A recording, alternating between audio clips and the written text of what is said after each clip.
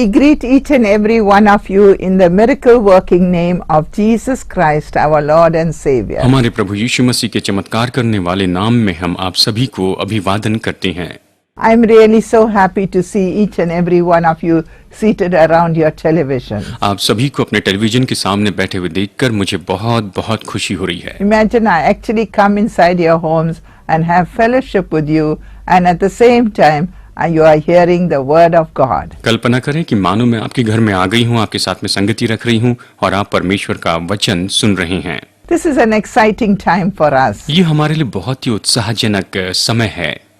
Because we have started on the book of Acts and we are getting so excited what a small group of people started and how the whole world was turned upside down. क्योंकि हमने प्रेरितों के काम की किताब में से शिक्षा लेना शुरू की है और हमने देखा कि थोड़े से समूह के लोगों ने से शुरू किया, छोटे समूह ने शुरू किया और पूरे संसार को उथल-पुथल कर दिया। Therefore, when we look at chapter 3, we see that Peter and John went up together to the temple. That's the first verse that it says. और यहाँ पर हम देखते हैं प्रेरितों के काम अध्याय 3 का पहला वचन कहता है कि पतरस और यूहन्ना वहाँ पर भवन में गए। Why did they go to the temple? वो वहाँ पर उस भवन में क्यों गए थे? It was the 9th hour, which was at 3 p.m. ये तो नवा पहर था, यानी ये तो दोपहर के 3 बजे थे। Another important point in that verse 1 says it was a prayer hour. और वहाँ पर इस वचन में एक और महत्वपूर्ण बात कही गई है और वो है कि ये प्रार्थना का समय था। Our prayer time, we would call it. हम इसे कहते हैं कि हमारे प्रार्थना का समय था। So it was a very important time for Peter and John to come to this temple at that time. और उस समय प्रार्थना के समय में पतरस और यूहन्ना का वहाँ पर भवन में आना बहुत ही महत्वपूर्ण था। And as they were walking up, you would see they saw a beggar seated by the temple gates. और जैसे वो उस भवन में आ रहे थे, उन्होंने वहाँ पर फाटक के पास में एक भिखारी को बैठे हुए देखा।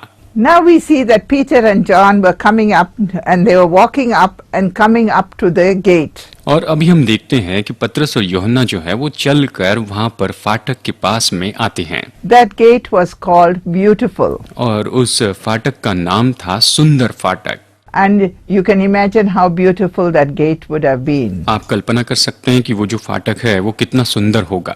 So we see at the gate there was a man being carried to the gate. यानी हम देखते हैं कि वहाँ पर उस आदमी को फाटक पर लाकर छोड़ दिया And जाता। this man was crippled. That's why they were carrying him. और ये जो आदमी था ये तो लंगड़ा था, इसलिए वो उसे लेकर आते थे।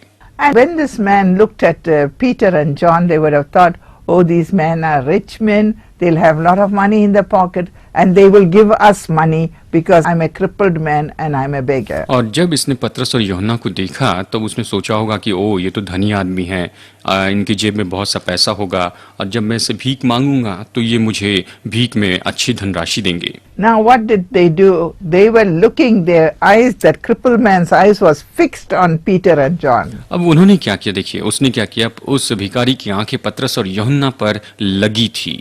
But he said, I don't have anything to give you. लेकिन यहाँ पर इसने कहा कि तुझे देने के लिए हमारे पास कुछ भी नहीं है।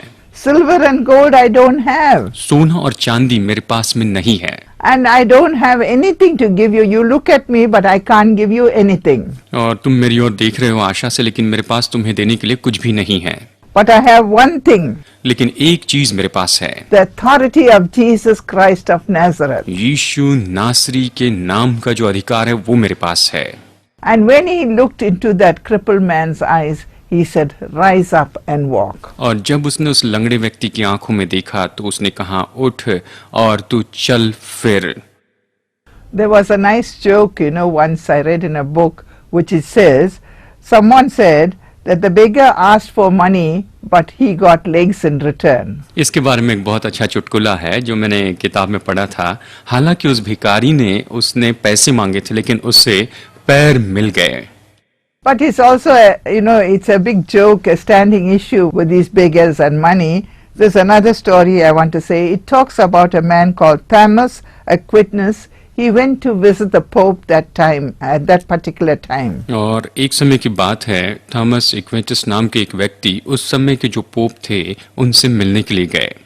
And when he went there, he saw the Pope was counting large sums of money. और जब उन्होंने वहाँ पर जाके देखा तो देखा पोप बहुत सा पैसा गिन रहे थे।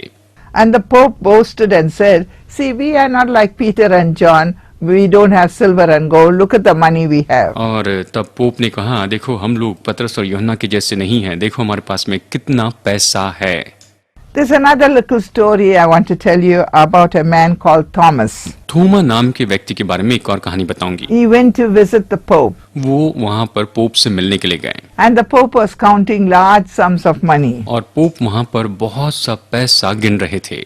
And the Pope boasted, you see, we are not like Peter and John, silver and gold have I none. और उन्होंने घमंड से कहा, देखो हम पतरस यूहन्ना के जैसे नहीं कि हमारे पास सोना चांदी नहीं। So Thomas got very angry. तो थोमा को बहुत ही गुस्सा आया।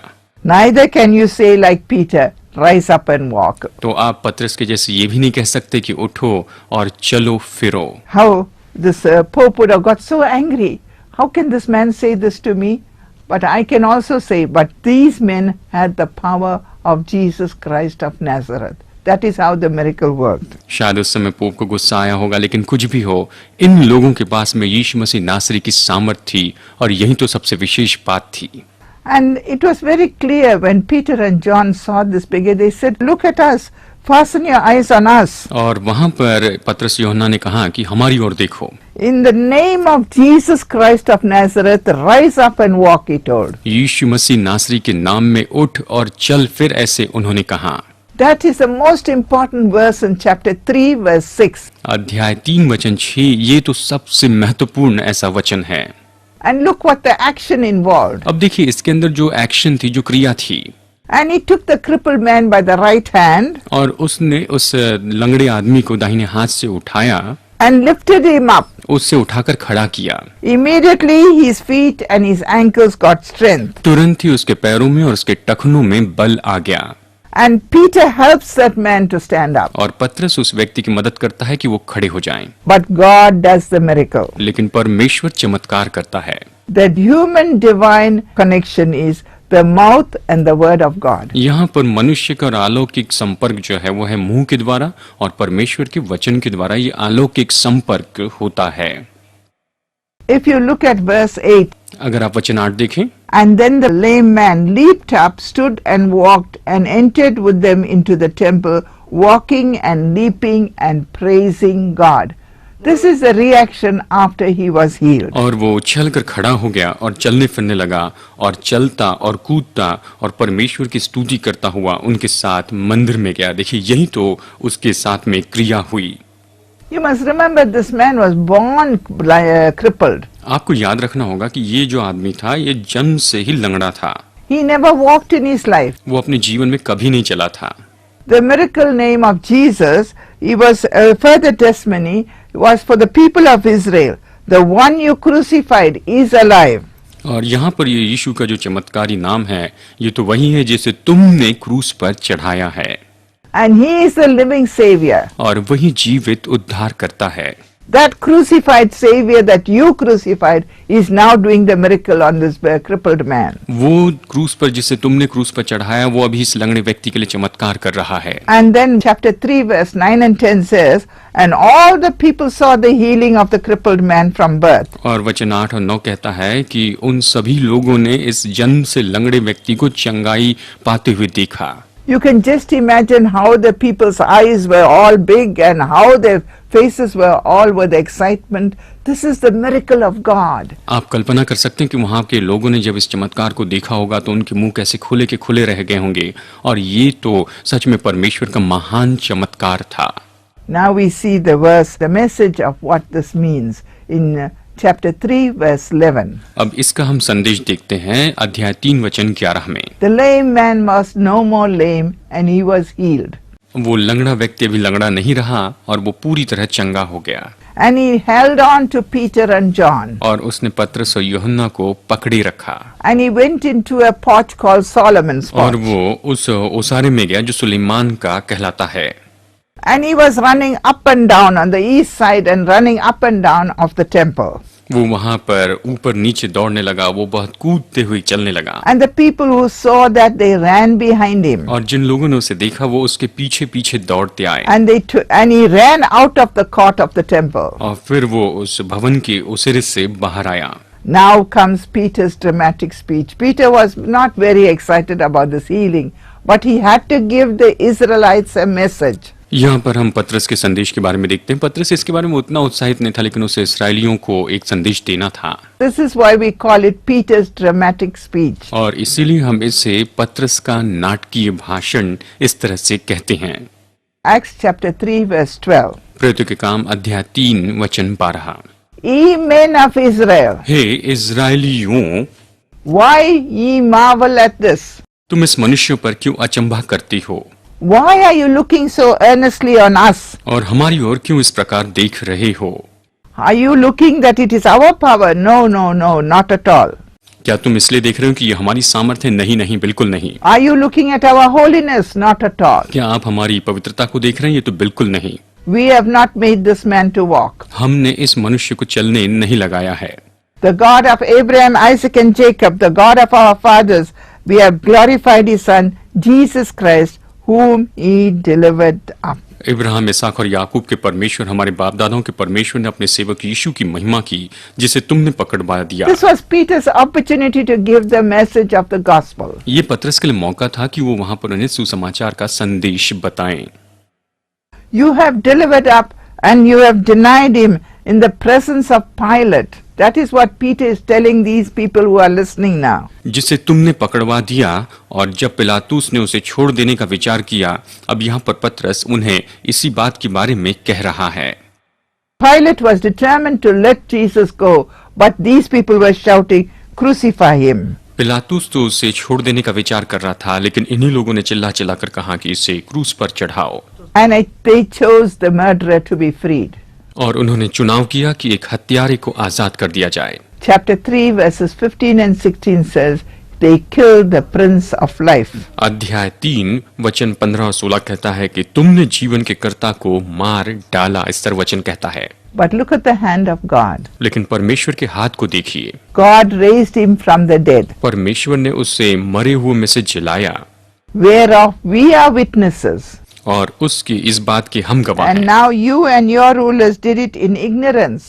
और तुमने जिसे अनजाने में किया है। But God had showed by the mouth of the prophets लेकिन परमेश्वर ने भविष्यवक्ता के मुंह से जो बातें निकली उसे साबित किया है। that Christ would suffer परमेश्वर ने भविष्यवक्ताओं के द्वारा जो कहा था वो बात पूरी हुई कि मसीहा दुख उठाएगा and he will be raised again. और वो फिर से जीवित किया जाएगा, ऐसे वचन में कहा था। Then these Israelites were so shocked they didn't know what to do now. और तब ये इजरायली लोग इतने चकित हो गए, उन्हें पता नहीं था कि क्या करें। And then they asked, what must we do now? और उन्होंने ये पूछा कि अब हमें क्या करना चाहिए। Then Peter pointed to them directly. और पतरस ने सीधा उनकी ओर मानो उंगली उठाई। Repent and be converted by your sins. मन फिराओ और लौट आओ, ऐसे वो कहता है।